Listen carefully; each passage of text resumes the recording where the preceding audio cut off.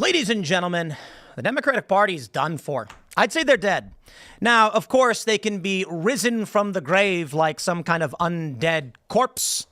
But for now, we've got two big polls, CNN and NBC News, basically saying that favorability for the Democrats is in the absolute gutter.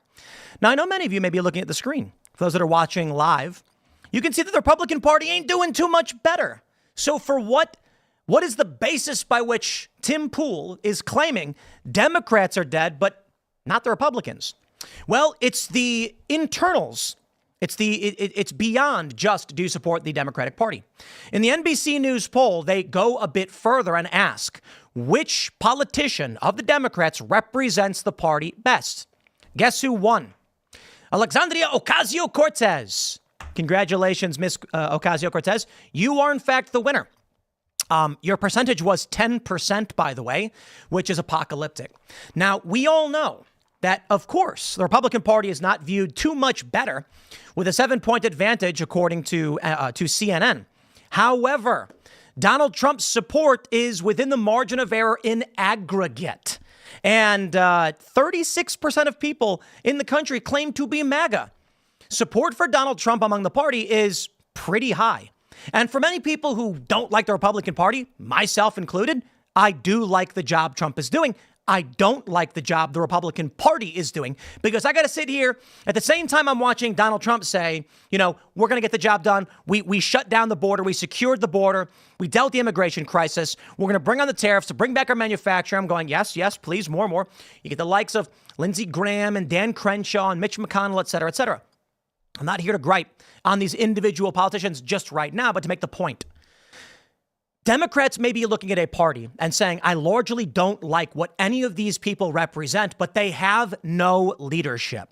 And that is the true demise of the Democratic Party. How do they pull it back? Gavin Newsom tried doing this podcast with Charlie Kirk, and what happened? Look at the polls on this one. It's amazing. Republicans largely view it as fake and manufactured, and Democrats think he's a bigot.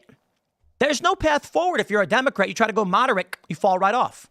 Now, if you are pro-America, and this means you might actually be in favor of funding Ukraine, you'd still find arguments and support or opposition. You might be on the right and say, maybe we should provide Ukraine with some assistance. Maybe we should support Israel. You're going to get an argument, but you can still find support in Donald Trump.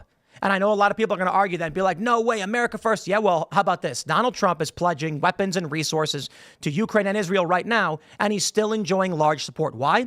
Leadership does not mean you always do exactly what the mob with pitchforks and torches want you to do.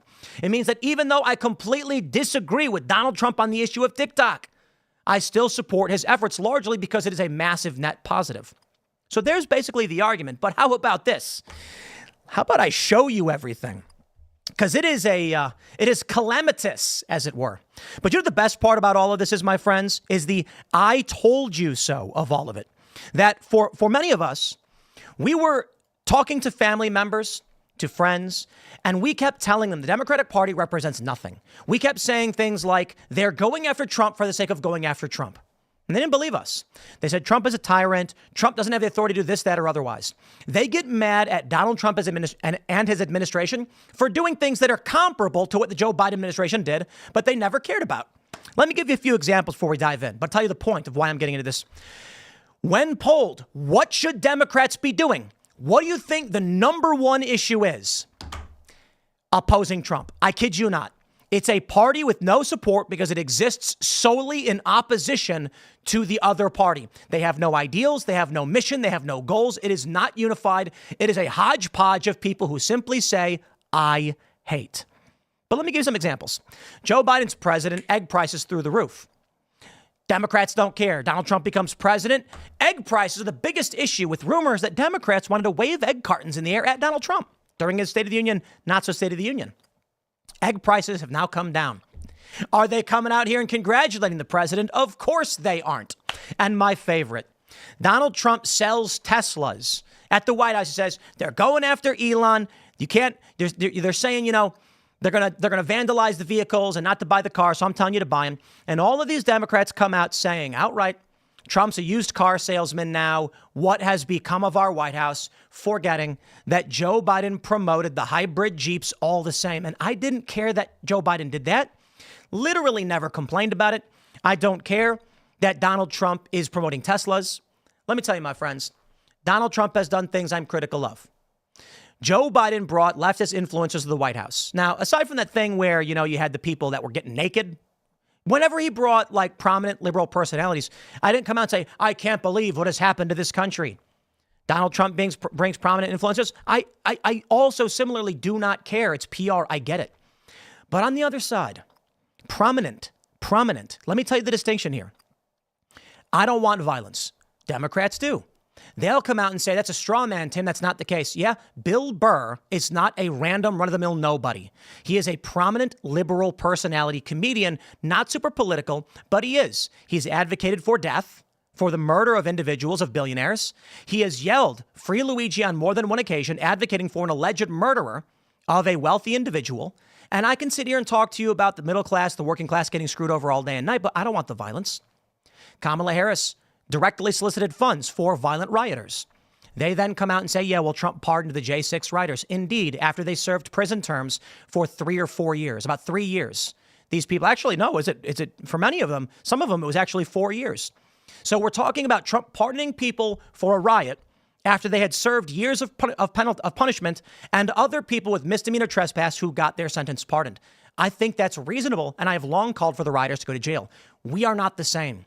At the mainstream level, they have advocated for violence, and they got away with it. So I will say this, as we dive into the news today, my friends, the Democratic Party is a party of chaos that seeks only to be the opposition to what the rest of us are trying to accomplish in securing this country and making it better. So let's talk about it. We got the story first from Mediaite, my friends. Lowest ever recorded. CNN drops staggering poll showing brutality of Democrat disapproval ratings. Now, for all of you that are watching on YouTube, this is the morning show's last week on YouTube. That means we will be Rumble exclusive for the morning show at noon starting next week. Timcast IRL is still going to be YouTube and Rumble and exist where it exists, but watch it wherever you so desire. But the morning show will be moving as we have the lineup now in full swing. Shout out to Steven Crowder for throwing it my way. And we will be throwing it to Jeremy of the Quartering once we wrap up here at 1 o'clock. Before we get started, my friends, we got Cast Brew Coffee. If you want to buy some delicious coffee, we got Cast Brew. And sorry, no Ian's Graphene Dream. But if you like Phil Labonte of All That Remains, dressed like Santa Claus, it is available. And how about this? Go to boonieshq.com and pick up your Step on Sneck and Find Out skateboard. We also have some other funny ones. If you believe that bears should have weapons, you can pick up the right to arm bears. And if you believe that bears should be wearing straw caps, flannel shirts, and brandishing shotguns, the skateboard is a skateboard for you. And as always, I know most of you may already have this, but if you don't, you gotta get Rumble Premium. You go to timcastpremium.com. Boom. You're instantly dropped off here, where you can sign up for Rumble Premium using promo code TIM10 to get $10 off your annual membership. And then you can watch our Green Room show, which is at rumble.com/TimcastIRL. We got 2 feature-length documentaries. More are currently in production. We are talking with producers. We are getting documentaries made, ladies and gentlemen. And more shows to come. Most importantly is the Culture War show, for those that aren't familiar, is going to be in person, on stage with you guys as members of the Timcast Discord, joining on stage at the table to debate me and our guests on the issues that you think are important. So maybe you're sitting there being like, ooh, I'd like to get Tim Pool. He's so wrong about all these things. Our first show is scheduled for the beginning of May. So members of the Timcast Discord at timcast.com will be invited, first come, first serve, to sit in the audience, submit their debate talking point, and actually sit at the table for a few minutes and state their position clean with no we're going to let you speak. And then we will debate you for a few more minutes before switching you out for another member of that audience so we can get deep dives into these ideas and bring in people who don't normally get to be a part of that conversation. That being said, let's start with the story from Mediaite first. Lowest ever recorded, CNN drops staggering poll showing brutal reality of Democrat disapproval ratings. CNN's Manu Raju shared a poll on Sunday's Inside Politics. He said shows the brutal reality of how negatively Americans view Democrats, with the favorable-unfavorable rating at its lowest point since the network began tracking this metric some 30 years ago. Wow. Raju opened Sunday's show with a full breakdown of a CNN SSRS survey, reporting that it found only 29% of those polled viewed Democrats in a favorable light. 54% of those surveyed told CNN they viewed the Democratic Party unfavorably, something Raju called staggering. Well, Democrats found themselves historically upside down in the survey. The Republican Party fared better, but not by much, with 36% favorable and 48% saying they view the party unfavorably. Americans' favorable views of the Democratic Party brand, of the Democratic Party's brand, are at a record low, just 29%. It is the lowest ever recorded for Democrats in CNN polling, going back some 30 years. Yikes. But let me give you the nuance here, because I know a lot of people are going to come out right and say this proves the Democrats have been wrong and they're losers. I mean, yes, kind of, but not completely in the way you hope. Now, for me, as somebody who supported Democrats in 2020, namely Andrew Yang and Tulsi Gabbard, Yang was a disappointment. Tulsi's great. I am not looking at a poll that says, for someone like me, Tim Pool, the party has gone astray. I don't think that's what the poll says. I think it shows that to a certain degree. I think it's largely showing that of the psychotic individuals who remain as party loyalists, they are upset the party is not doing more to obstruct Trump. What are they really mad about? Take a look at Stephen Colbert. Colbert, after the Trump State of the Union, Colbert held up one of those little signs saying, try doing something. The real outrage over the Democratic Party, while it does include people who think the party's gone nuts, don't get me wrong, a large component is that most of the party is nuts and they're angry they're not being more nuts. CNN poll, Democratic Party's favorability drops to a record low. But there's some other data here that I want to show. Actually, I think I have the hard poll pulled up over here. And this is this image right now that you're looking at. The number one individual representing the values of the party is AOC. But there's a lot more than just Democratic favorability. They say with many in the party saying publicly that their leaders should do more to stand up to Trump, Democrats and Democrat-aligned independents say 57-42 that Democrats should mainly work to stop the Republican agenda, rather than working with the GOP majority to get some Democratic ideas into legislation. And this is the point. Democrats and Democrat-leaning independents, 42% of the independents and 57, or I'm sorry, between the two groups, 57 say, just stop Trump. Don't know what it is. Don't care what it is. We just plumb do not like Donald Trump. Now, let's take a look at how Trump is doing. Over at NBC's poll, they say Trump faces early challenges on the economy as united GOP backs big change. But I'm going to scroll way down for you before we get all that data, because NBC News has additional proof. A record low share of voters view the Democratic Party positively. Take a look at this. 55%, according to NBC News, view the Democratic Party negatively. Only 27%, according to NBC, say they view the party positively. And that is an inversion. Because if you go back quite a ways, certainly, we can take a look at the Democratic Party positive views, 40%. So when we look at the Republicans at 36, we're like, oof, that's bad. Actually, that's only a little bad, because party approval is usually below 50%. Now it's inverted.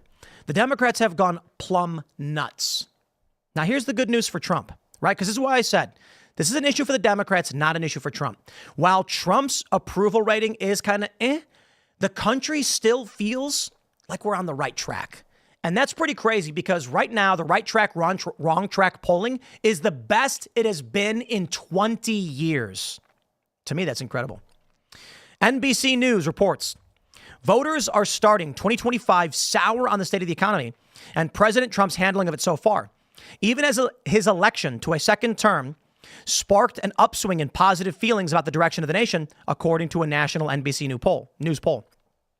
Buoyed by jubilant and unified Republicans who are standing in lockstep with Trump. Okay, and his expansive agenda. I got to pause there. You mean we like what Trump is doing, we voted for it, and we support the president? Shocking, I suppose. That's I love this is the position that they're deciding to roll with. They say, meanwhile, driven in part by a pessimistic shift among Democrats since Trump's election, just 18% of the voters rate the economy as excellent or good, not as low as the poorest economic marks during the Biden admin, according to CNBC polling from 2022. Okay, let's take a look at the polling right now. 47% approval, 51% disapproval. I can already hear all the liberals screaming, saying, aha, Trump's disapproval. You take a look at Trump's approval rating from his first term, and it was worse. It was about 40%.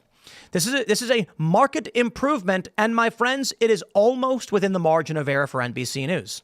But I'll take it. I'll take it. For the purpose of citing NBC News, if we do want to play this game of let's take this one poll for what it is, if we want to argue that Democrats suck, then we're going to take with it that Donald Trump has majority disapproval, and I'm fine with that because Trump's a polarizing figure. But to be fair, we have two polls, CNN and NBC, saying Democrats ain't doing so bad. And I always want to make sure I pull up the aggregate, which does have Trump down 0.4 points in the spread. This is aggregate. You can see NBC News has him down by 4. You've got Rasmussen with him up 2. Reuters Ipsos has Trump down 8 points. YouGov minus 10. And then I just got to tell you, my friends, RMG Research has Trump up 10 points 1 week ago.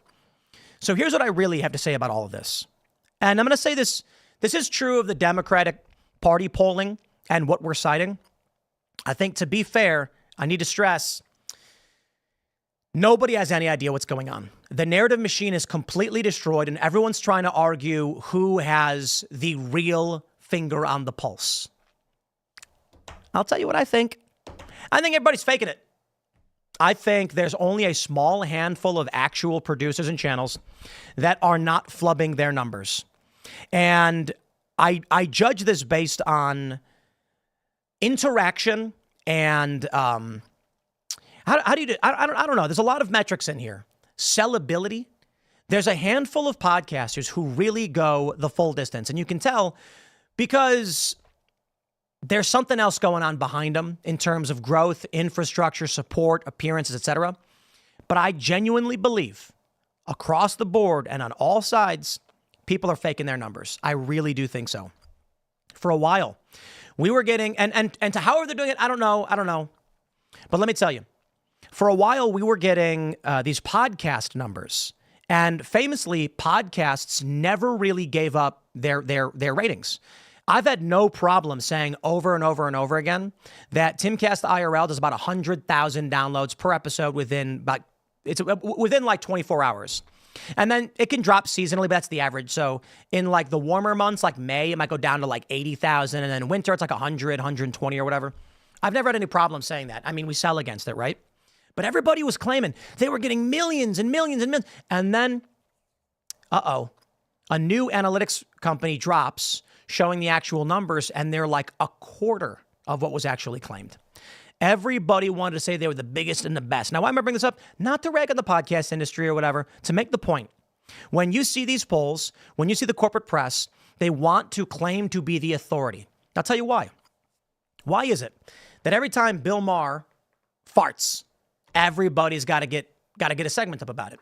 Why is it that people care about what Don Lemon has to say? I mean, to be fair, I recorded a segment about Bill Maher and Don Lemon for today. It's because they were both on TV and they present themselves as some kind of authority, despite the fact we know nobody really watches those shows. I'm not trying to be a dick to Bill Maher. Okay, I've got my criticisms of him. But relative to the space, they're not particularly big shows. But these companies know you've got to create a sense of authority so you can be in the news cycle, so you can promote your product, and you can sell. They want to be premium associations. They want to be premium, like for brands. So when they go to a brand, they say, hey, look, everybody knows this person is big. That's the game they're playing. So anyway, I digress. My ultimate point is everybody's trying to claim they know for sure. And as much as I'm basically sprinkling this over my own assessment, I don't know what is true and what is not. Because I'm going to say it again. How could the spread be so psychotic? How could Quinnipiac, for the same period as RMG, have an inversion? Quinnipiac in the poll say Trump is down 11. RMG says Trump is up 10. It's a difference of 3 days. Quinnipiac was the 6th to the 10th, and RMG was the 6th to the 13th.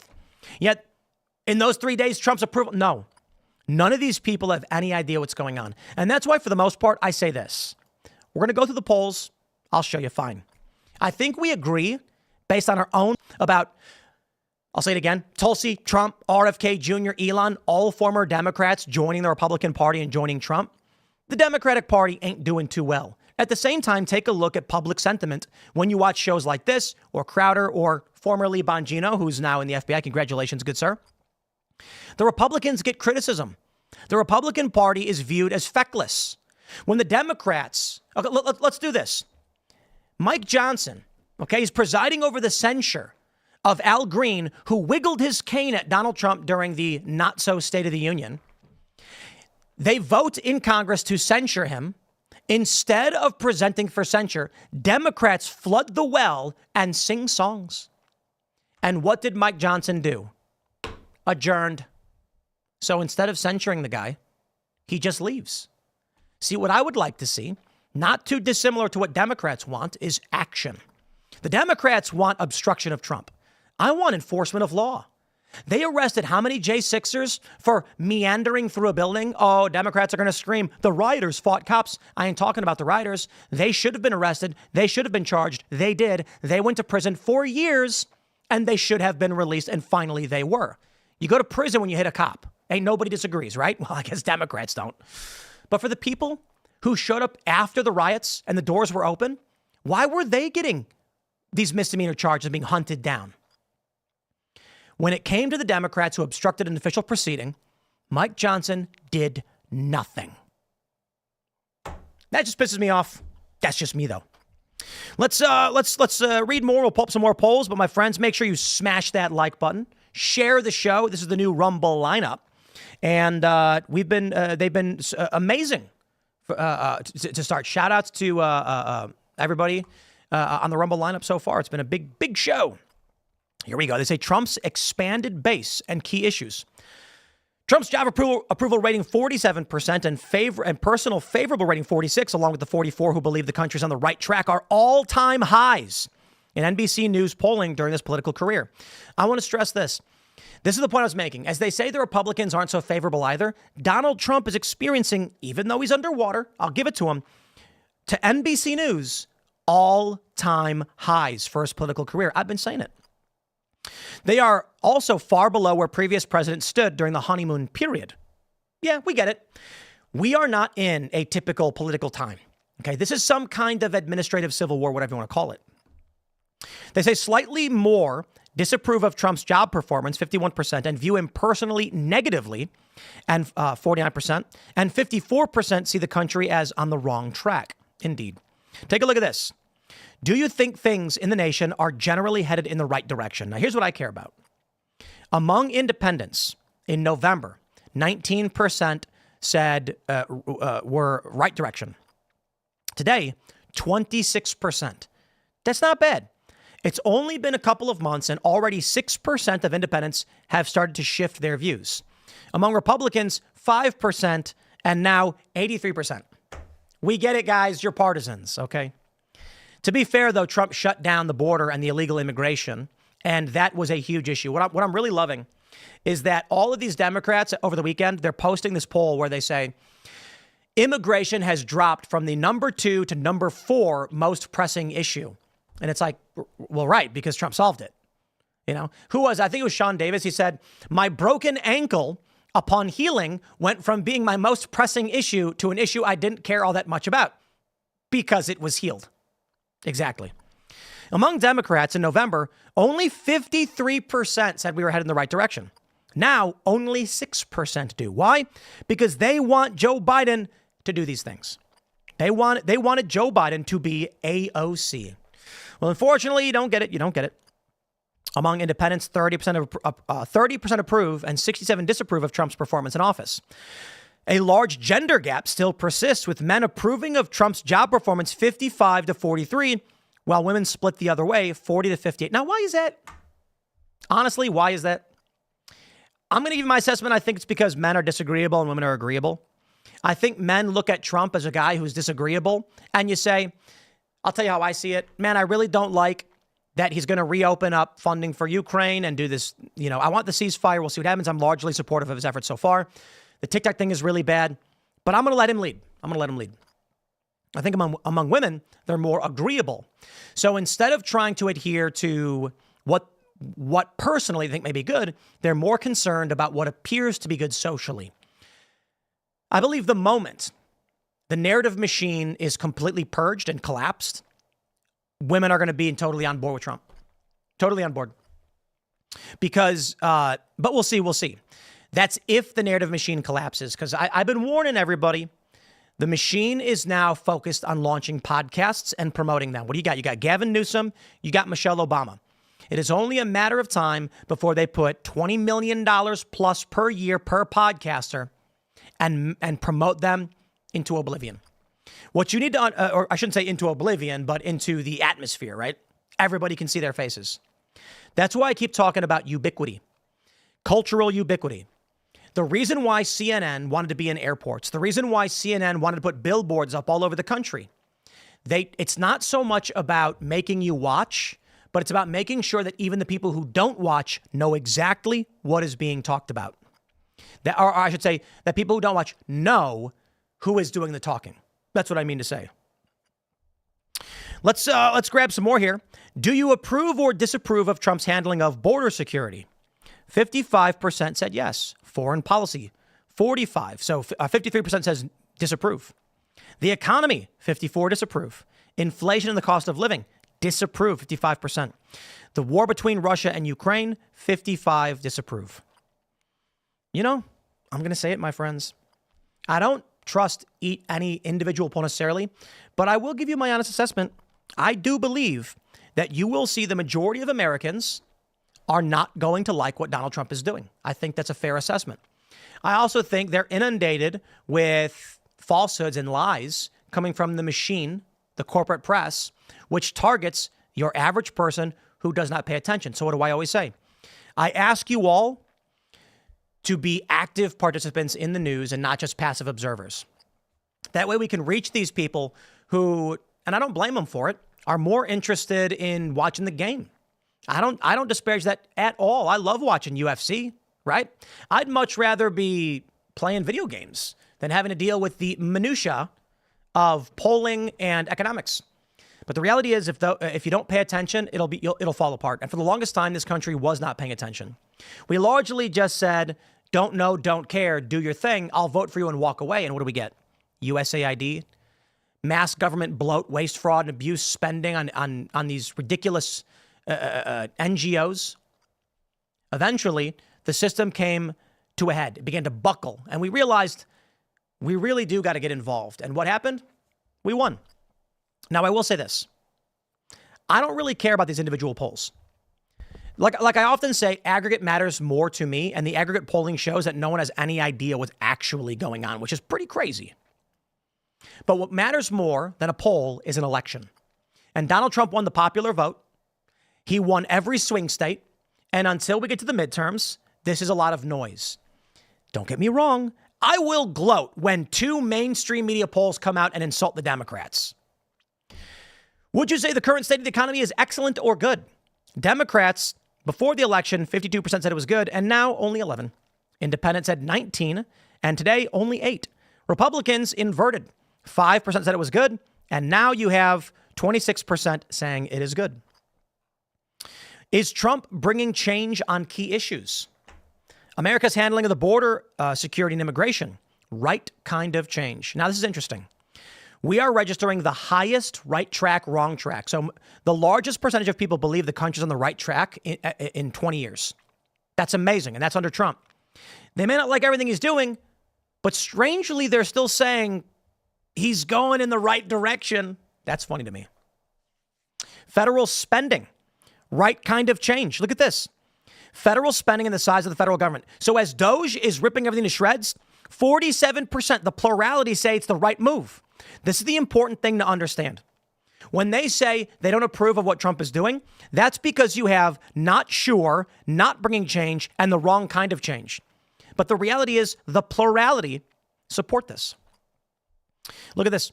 America's handling of the war between Israel and Hamas and Gaza, plurality supports right kind of change. America's handling of the war between Russia and Ukraine, 41%, once again, a plurality. Trade and tariffs with other countries, Once again, a plurality. Inflation, the cost of living. To be fair, every single issue has a plurality of people saying this is the right direction for this country. Thank you, NBC News. Doge and Musk as key flashpoints. The question was, which best describes what you think about Elon Musk, Doge, and their efforts to reduce spending and the size of the federal government? 33% said it should continue as much more needs to be done. 33% said it is reckless and should stop now before more damage is done. 28% said it is needed but should slow down to assess the impact.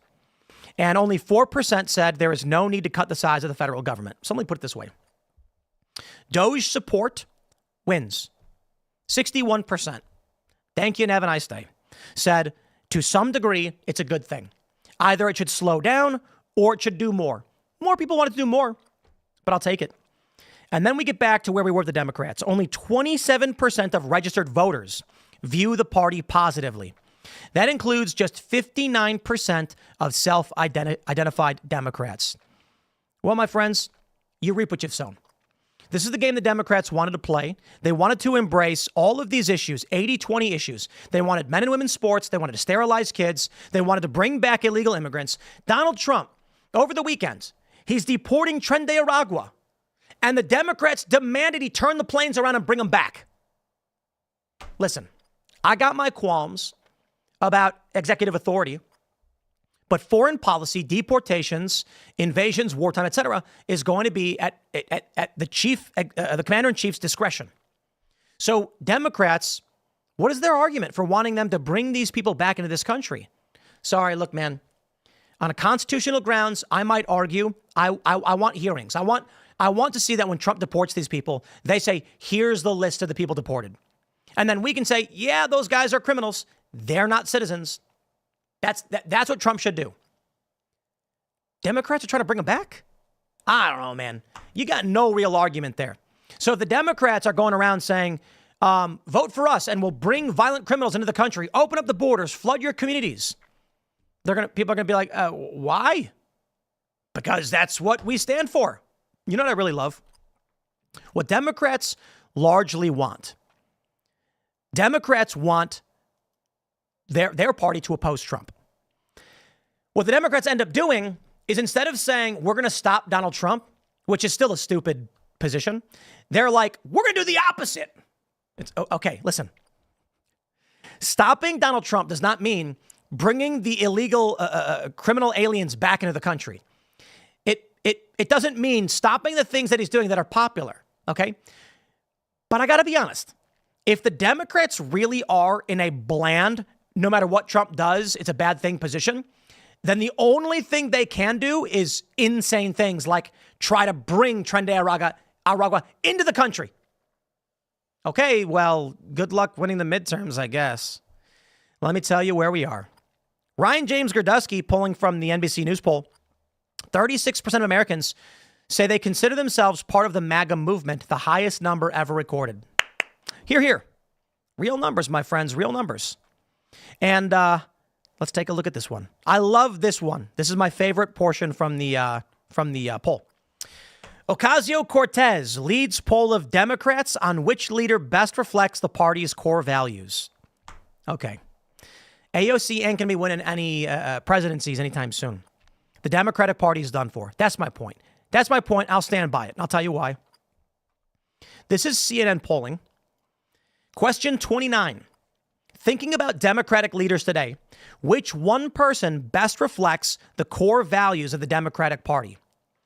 AOC with 10%. Well, I'd like to give Ocasio-Cortez a standing ovation on this one. You have tremendous support in the Democratic Party. Thank you very much. Guess who came in second place? Kamala Harris. Is this it? 2028? Harris, Ocasio-Cortez, or I guess technically it's Ocasio-Cortez-Harris. Wow, they might get 5 votes. I'm kidding. They'll get a couple million. But can you imagine that ticket? There's no way they could possibly win. Here's a question I have for you. Because I mentioned that Cassie Hunt asked this on CNN of Tim Walz. Who is the leader of the Democratic Party? Right now, honest question. Who is the leader of the Democratic Party? Do you know? Tim Walz responded, the American voter. And Cassie Hunt made this face like, what? Is that a joke? No, like, who's in charge? I guess it's AOC because, like, she's polling at the highest. Let's run the list, though. In third place, Bernie Sanders, followed by Hakeem Jeffries. Look where Barack Obama is. That's crazy. Jasmine Crockett, bravo on your sixth place with 4%. Is that 4%? Gavin Newsom, Nancy Pelosi, Alyssa Slotkin. It's noise. To be fair, the only names that really matter are AOC, Kamala, Bernie, and Hakeem Jeffries. Obama is hitting, what, 4%? Meaningless. Hakeem Jeffries barely qualifies at 6%, but at least he's in office. And then we get this, my favorite. Guess who beats Obama, Jasmine Crockett, Gavin Newsom, Nancy Pelosi, Alyssa Slotkin, Chuck Schumer, Tim Walz, Andy Beshear, Cory Booker, Al Green, Chris Murphy, Pete Buttigieg, Gretchen Whitmer, Josh Shapiro, Elizabeth Warren, Ken Martin, Joe Biden, Adam Schiff, Amy Klobuchar, Jamie Raskin, Hillary Clinton, John Fetterman. Guess who beats it? None. None. None beats all of those names I just listed. That's incredible. You also then have other responses at 5%. But considering that could be just a random spattering of names, who knows? So they have other responses, no names included, whatever that means. Oh, wait, wow. Okay, hold on. Other names wins against all those people at 5%. None of them beats them all at 5%. And other responses, no names included. What could that possibly mean? What? Honest question, guys. Comments right now. Other responses with no names included. That means someone said, thinking about Democratic leaders today, which one person best reflects the core values of the Democratic Party? What could you say in response to that question that does not include the name of an individual? I'd imagine like D's nuts, maybe, because you can say none of them. Here you go. All of them, too many to name, got 1%. I think no names included must mean like disparaging nonsense comments, like a ham sandwich. Maybe I'm wrong. I don't know. Further trends on the next page. Compare this to 2017. Incredible. Obama with 18%. I'm telling you, my friends, this is why I'm saying the Democratic Party is done. Because Barack Obama had 18%. 18% in 2017. It's been 8 years. It's been 7.5 years. And now there's nobody. Hillary Clinton. Listen, AOC is polling as well as Hillary Clinton did. Yikes. Other was only 6%. It is remarkable to see this is where we have ended up. Now we got this from Common Dreams. Calls for AOC to primary Schumer mount after gutless surrender. Schumer should step down from the Democratic leadership or be forced out and let someone actually willing to fight Trump and Musk take his place. All right, I'm going to say it. I think AOC and Harris are the front runners for 2028. Not kidding. I imagine AOC might want to run for the Senate first, but she is probably the most famous Democrat right now. But for real? This is where we're going. I don't see how Republicans lose. Bill Maher made the comment that Democrats, he doesn't see a Democrat winning ever again, like a Democrat president. The reason why it's fascinating is because for a while we were concerned that if the Democrats were to win and shut down Trump, the right was routed and that Democrats would become a single party, a single state party and just run everything with the Republicans being the Washington Generals. I didn't expect it to go the other way. The Democrats have no leadership. Their issues make no sense. They're on the unpopular side of most of the issues. Donald Trump's a leader. May not like him. He may not have most of the country, but take a look at party favorability. Most people don't like either party. So Trump's actually doing pretty well. But let me tell you the real reflection here. And I hope everybody gets this. I'm gonna do something right here. I'm gonna pull up some YouTube. Let me see if this is what is it, trending? Let's take a look at the old trending tab on YouTube. And I'm gonna tell you why Donald Trump's approval rating ain't so high, but why it's still massive. So 18 hours ago, we've got football for my international viewers with 730,000 views. Barcelona 3.4, to be expected. What's this? Shaun of the Mom got 322. Sports, that's pretty big. 8.5 million, not bad. Sports again. Here's Mark Rober with 10 million. That guy always has really big ones. Here's a Minecraft video with 400. Tornado with 358. The reason why I'm bringing this up is that when you take a look at some of these videos that are getting millions and millions of views, here's Emma Chamberlain. I don't know who she is. 390,000 views. You've got WTA Sports, 367. We tried every viral celebrity product, 132. There's a couple things I'm pointing out. And a couple ways to view this. YouTube ain't the end all be all. We know it. Timcast IRL gets more viewership than many of those videos all the time. So the question then becomes, and I know I can speak to other channels if I knew their viewership. I don't really pay attention to all that much. Maybe, I don't know, whoever's on YouTube. What I'm saying is YouTube intentionally does not put our show, Timcast IRL, on the trending list, despite the fact that we routinely get way higher numbers instantly, overnight, much faster than all the rest. Well, the argument on the surface is, well, it's because you're not trending if you're always hitting those numbers. Otherwise, everybody else would be trending, right? My point is this. YouTube is intentionally taking off what is consistently popular and putting up things they choose. Sports, of course, is always going to be massively popular, getting tens of millions of views. I ain't surprised about that, nor disparaging sports. What I'm saying is the narrative machine is over. It's gone. There is no unified broadcast tower. We are no longer in the era, and this has been the case for some time, and I predicted this a long time ago. I was at the National Association of Broadcasters in the Netherlands. It's 10 years ago. Actually, it's 13 years ago. I told these guys, fame is over as we know it. Right now, you still have some semblance of fame. You have personalities with millions of followers. They put out a video, they get 1 million views instantly overnight. That's going to go away because of the decentralization of the space that we're currently witnessing. This means that Donald Trump's numbers actually pretty incredible. Let's go back in time. Let's take a look at the ratings of the big networks 20, 30 years ago. I mean, shows were getting 40 million views. There's estimates, Nielsen. But the issue was there was nothing else to watch. Man, I remember hanging out with the homies, sitting on the couch, and this is a shout out to Brandon, who works here now. And we were hanging out. This is back when we're 18. And we were watching, I think we were watching Real Time with Bill Maher. And they had, our buddy Roger had TiVo. And I said, in the future, we're going to have the Simpsons channel. Like you're just going to, because we were already looking at what TiVo was doing. These channels. And one of them, I can't remember which channel, was like nothing but fishing. And I was like, sooner or later, it's going to be a channel that just says The Simpsons. Because you're like, we wanted to watch one show. We don't care about anything else. Here we are. You open up your Hulu, Disney Plus, whatever, and the show has its own page, and you just watch it. Not to mention, MTV is literally just the ridiculousness channel. My point is ultimately this. With an near infinite number of shows to watch, perspective and morals and worldviews and other proclivities are decentralizing. And so not everybody shares their worldview the way they used to. You go back in the day, everybody in the country watched the same news channel. That means the next day at work, they all were talking about the same thing. Millions of people across the country showed up to work in the office, no remote work, walked to the water cooler and said, "Did you hear about Nixon?" "Sure did." "Can you believe it?" Drink the water and carry on with your day. Today, you go to work and you go, "Hey, did you hear about Trump?" "Which story?" The one about how he's refusing to comply with a constitutional directive from a judge and he's violating the law." And then you go, "That's not true. Donald Trump doesn't have to." And here we are. Decentralization of the narrative and mass communications has changed the game.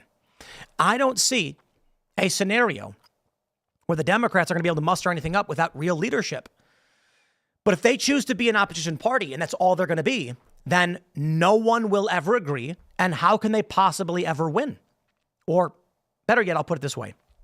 The scenario in which I envision Democrats actually winning is when they unite against Donald Trump. So if enough people, let's say you've got your core base of 29% of Democrats that like what the Democrats are doing. If enough people are genuinely disaffected with Donald Trump's job, and they just say, "I don't want to vote for this man, let's try the Democrat," then you end up with this hodgepodge of a Democratic Party that is apathy, hope for something different, and we hate Donald Trump as the core element. What happens when that party wins power? they do nothing. And that's Joe Biden. Joe Biden defeated Donald Trump in 2020 off of the we just plumb hate Trump. But they didn't offer up anything substantive. So what did they do in terms of any kind of real leadership? Nothing. Afghanistan was bedlam. They gave up Bagram Air Force Base.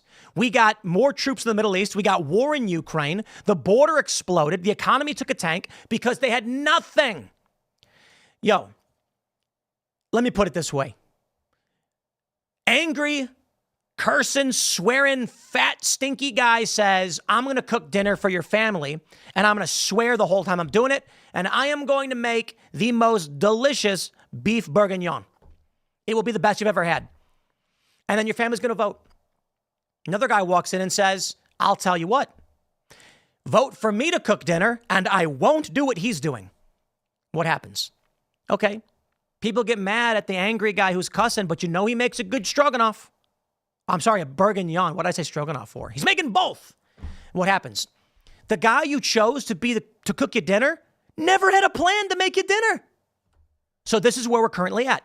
And it's why I said the Democratic Party is done. But hey, my friends, we got about 15 more minutes, and I got a really great example, some other examples for you. The absurdity and insanity of the Democratic Party. Kevin Bass, PhD, MS. He says, I was a lifelong Democrat. I thought most conservatives were ignorant or evil or lying. I believe almost everything written in the New York Times, the New Republic, and the Atlantic. I was horrified when conservatives criticized the authorities. Every criticism I saw, I thought all of it was motivated by animus, resentment, self-interest, ignorance. Whatever truth there might have been in the criticism, I saw as a mere half-truth, an exploitation of this or that cherry-picked fact being weaponized. Why did I see it in terms of weaponization? Because I was biased. I saw liberal establishment institutions and figures as fundamentally good. So all criticism of them was automatically interpreted as being in bad faith. Didn't the critics know that these institutions or figures were fundamentally good? If they didn't, they were ignorant. If they did, they were evil. It was simple. This meant that any legitimate criticisms would be dismissed, as if bouncing off of an impenetrable bulletproof shield. This all changed once I started writing about the pandemic. Soon people started talking about me the way I once thought about conservatives. This led to a complete identity collapse, as I came to understand that my old worldview was hateful and ignorant, that I hadn't understood what I had been judging. Indeed, my friends. He goes on to mention the hearing that led to his dismissal from medical school, but he exemplifies what many people saw and felt. For me, it was pretty easy. After I left Fusion, I was working independently. Donald Trump goes on at a rally and he says, did you see what happened last night in Sweden? I knew what he meant. It was a Fox News report last night about Sweden. Nothing happened in Sweden, but he misspoke. It was whatever. I understood the idea that he was conveying. Democrats were apoplectic. And they said, nothing happened in Sweden. Trump's a liar. So Paul Joseph Watson said, I challenge any journalist to spend the night in Malmö, Sweden, and I'll pay for it. And I chuckled and I DM'd him and I said, I'll do it. And, Paul says, look, I was taking the piss, but tell you what, you going? And I said, I got a GoFundMe set up right now. We're going to go and do this video series in Sweden called Last Night in Sweden. Many of you know the story. For those that don't, I was immediately hit up by former colleagues at Vice.com telling me not to do it. People I had traveled the world with. People who had done the exact same thing I was about to do. One guy hits me up and he says, don't go. Trump's a liar. And I said, I agree. Trump is a liar. So I'm going to prove him wrong. And they said, no, don't do it. I got another DM from another vice person. You shouldn't do this. Don't go to Sweden. And I'm like, wait, well, hold on. Don't we all agree Trump's a liar? So I'm going to go prove him wrong. They all told me not to go. That was weird. So I went. What did I find? Everybody was a little bit wrong. It wasn't, the crime was up quite a bit, but relative to many other parts of the world, still not a lot of crime. And then I went to Rinkeby and I saw the enclaves they had built, and we were told by the police to leave and they'd follow us out to our cars. And the media lied about everything we did. First, Huffington Post wrote, Tim Pool finds largely nothing, confirming what everyone largely believed, blah, blah, blah. And I said, yeah, that's accurate. Actually, it was a really great piece. Then I went to Rinkeby. And when there were people yelling at us, and the cop said, "You need to get out of here now." They might start throwing stones. As soon as that happened, and I filmed it all, they instantly started claiming that I was far right, that I was a conspiracy theorist, that I was lying, that I fabricated the whole thing. The funny thing was, at first, Swedish press said police didn't give Poole an escort. That was the immediate response. And then I uploaded the video right away and said, here's proof they did. I had the camera pointed at them as they got in their van and followed us straight to our car. They then changed the story. No, we were just, we were just a coincidence. They first said, I followed them. And then I responded with they're behind me. And they went, it was a coincidence. And I'm like, sure. The police said they would follow us to our car. And that was a coincidence, right? Indeed. They were lying the whole time. And so what began for me is this journey of, I still supported liberal policies. Tulsi Gabbard. I was like, Tulsi's anti-war. That's what matters to me. Let's roll. But they lied about Donald Trump and the Republicans so many times that all I could do was say, guys, that didn't happen. That's not true. The Covington kids being a great example. I know many of you experienced the same thing. Many of you saw the exact same thing. The Democrats were lying to us. The media was lying to us. And finally, we snapped. Now, you know what's really remarkable?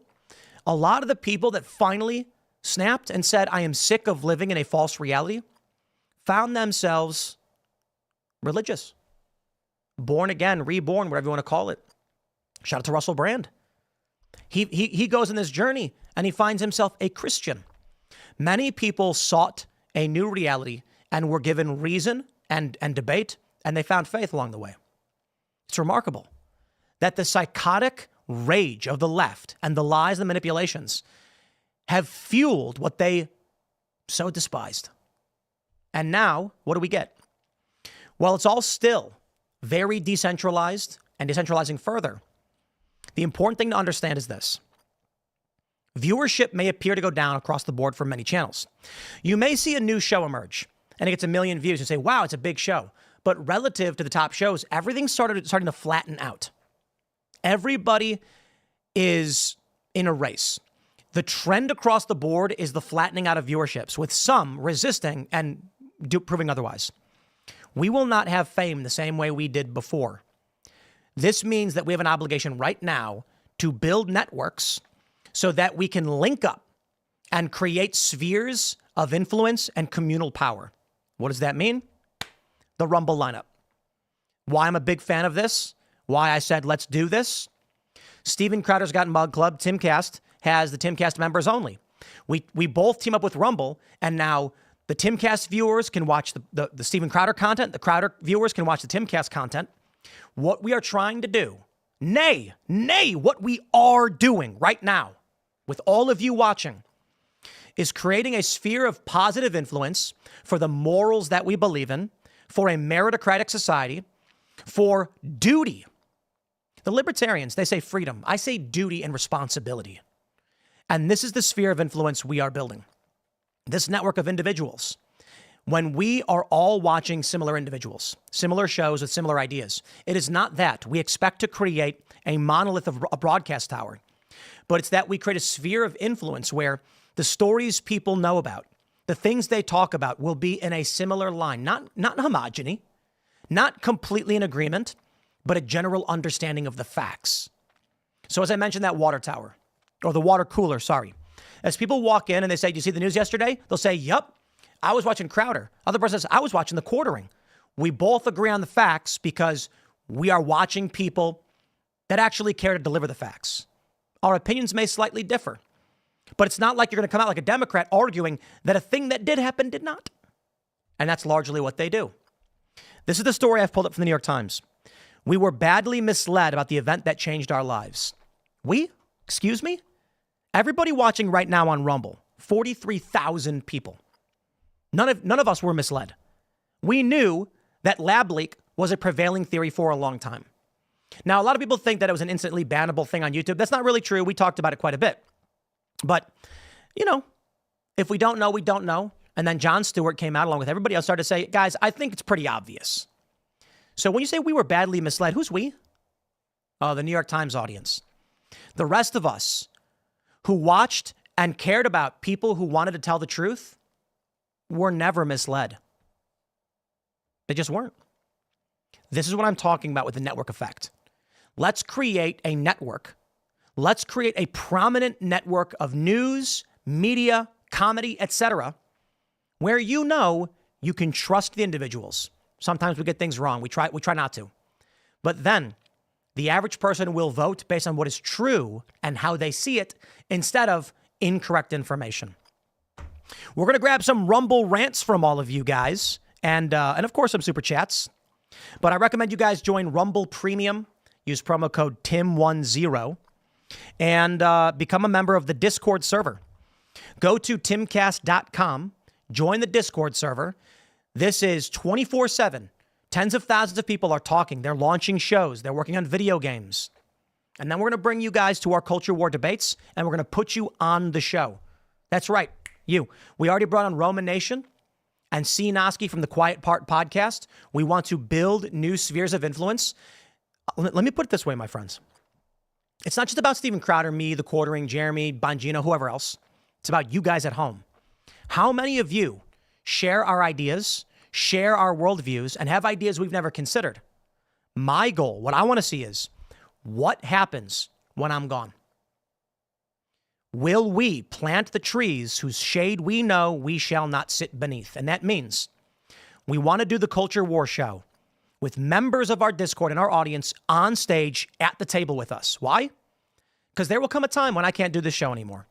There will come a time when Dan Bongino, as you already know, has gone to do his public duty because duty matters more. And he's passed down the show to others. So we want as many people as possible of our moral persuasion to be the dominant voices in the conversation. That's my goal. That's why we want community events. We want physical cast brew franchises so y'all can get together. We want the community Discord. We want the Rumble Premium Network and the lineup so that when people are talking about what show you watch, it's going to be within the sphere of influence where we largely agree. We have wildly different views, I know. But there's an Overton window. And what am I trying to say? That Overton window should be us. So y'all can debate it. We can debate it. But at least we know we don't cross certain boundaries. For example, sterilizing kids shouldn't even be in public conversation. It shouldn't even be an issue. It shouldn't be here. It's well beyond the Overton window as far as I'm concerned. We're going to pull it back. Let's see what we got. Ballistics Computer says Tim needs to run his own polls, branch out a little. You know, we did talk with the People's Pundit, Rich Barris, and we probably should. It's a really good point. Sir Chill-A-Lot says, Tim, you need your own custom emotes for premium. Congratulations on the Rumble deal. What are you most excited about for the future of the next 4 years? To be honest, everything I just laid out with community building. When we discussed we were launching this Rumble lineup, I was like, guys, this is going to be like one of the biggest things in media to happen in a long time. Rumble is going to dominate the conversation. Rumble is going to dominate the charts. Rumble is going to instantly have some of the biggest podcasts in the world overnight when we start treating this like a network and a sphere of influence instead of just different creators popping up here and then, here and there. Very excited. Whiskey Stick says the lineup is a fat W. Oh, yeah. Oh, yeah. I already described it. I don't want to just, beat a dead horse, but you get it. When we all have these different audiences that have this overlapping agreement on a lot of issues, and we bring them together, and y'all who watch, don't just tune in the morning for Timcast, don't just tune in for Crowder, don't just tune in for Bongino or the Quartering or Glenn Greenwald, but when you tune in to watch this like it's a whole channel, this is what I was telling the guys at Rumble. I was like, look at Fox News. I mean, right now, Fox is enjoying massive ratings. In the key demo, Jesse Waters, he's getting 500K. He's getting 3 million with the older demo included. This is not a channel where they say, go to Fox News. Once you pull the channel up, search for Jesse Kelly. This is a channel where, shout out to Jesse Kelly, but Jesse Waters, sorry. This is a channel where you turn it on, you get the show. And I was like, we want that sphere of influence where we can say, there, and I'll tell you this, that we agree, right, on these issues. But here's the best part. No one editorially controls me or Crowder or the Quartering. Now I'll tell you this, my friends. We're about to wrap it up. I know I didn't get enough super chats in. Y'all are going to go watch Jeremy at the Quartering right now because the network effect continues. And Jeremy is getting ready to go live right now. And so as he is up, we are going to hit that and send you his way. So smash that like button. Share this show right now with everyone you know. Share the Rumble lineup. Share the morning show. Become a member of Rumble Premium. Follow me on X and Instagram at Timcast.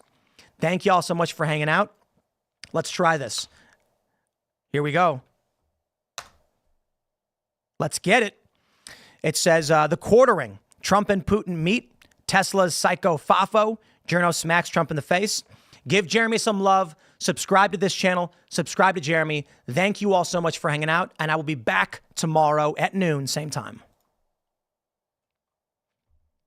Raid confirmed. Mustering the raiding party, gearing up. Oh, is this how it works? Gearing up, gassing up the raid rocket, preparing for action. I don't want to shut it down just yet. I want to make sure you guys go. So it's got like a little timer. Am I supposed to be narrating this? I don't know, but I'm having fun. And the raid is beginning in 3, 2, 1. Adios. Timcast has raided the Quartering. Thank you guys so much for hanging out, and we'll see you all tomorrow.